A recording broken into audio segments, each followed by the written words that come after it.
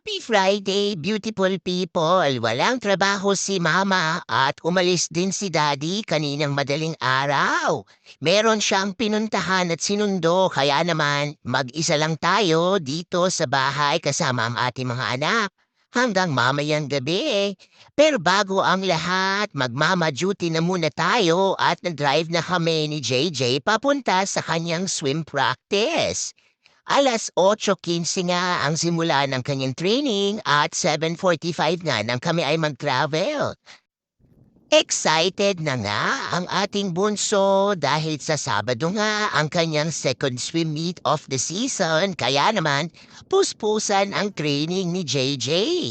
Talaga namang napakasipag at determinado talagang mas humusay pa ang ating swimmer kaya naman ipagpatuloy mo yan anak.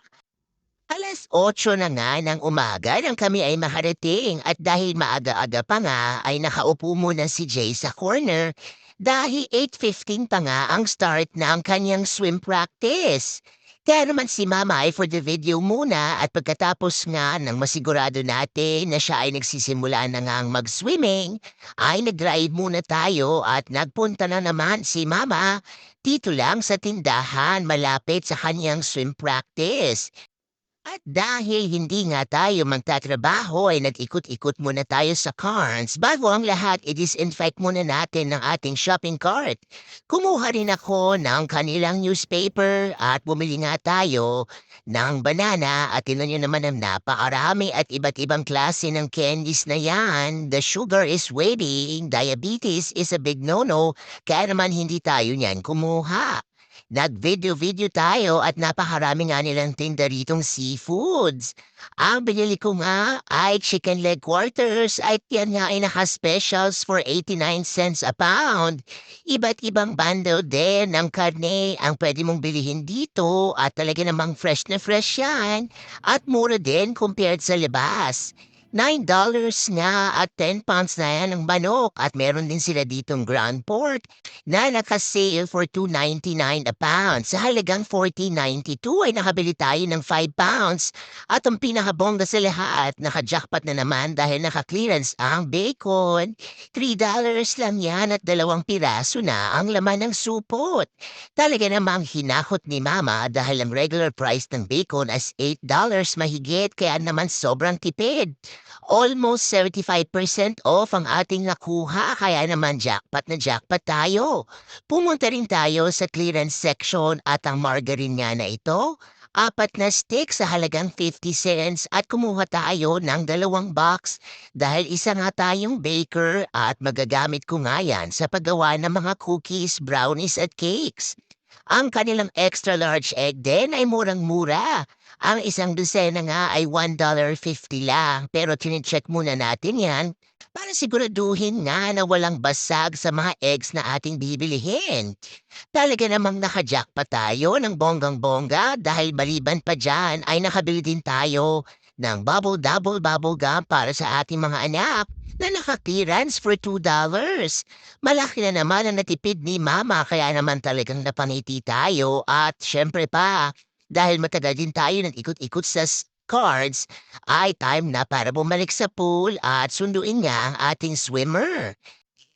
Ganito ako talaga kapag meron tayong extra time. Pumupunta ako sa mga tindahan at nagtitingin nga tayo ng kanilang specials. Kaya naman gustong-gusto ko rin ang aking trabaho bilang home health physical therapist dahil napaka-flexible na.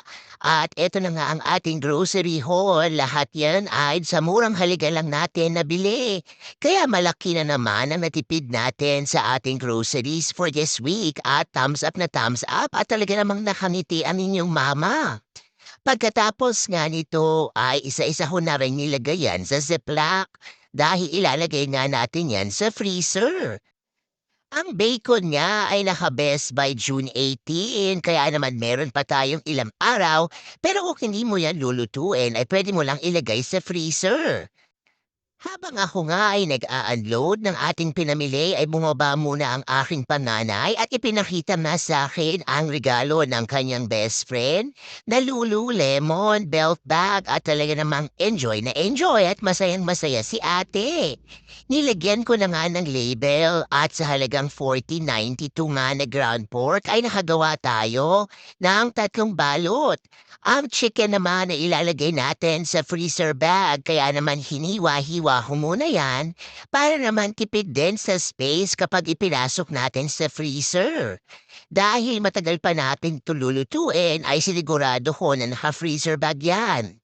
At nagluto na rin tayo ng spaghetti sauce with meatballs. Nagmekos-mekos lang tayo ng ground beef. At for our lunch nga ay gumawa ako ng Tyson's chicken nuggets at iniluto natin yan sa air fryer. Dito nga natulog ang best friend ng aking anak na from Washington kaya naman masayang masaya ang ating dalaga.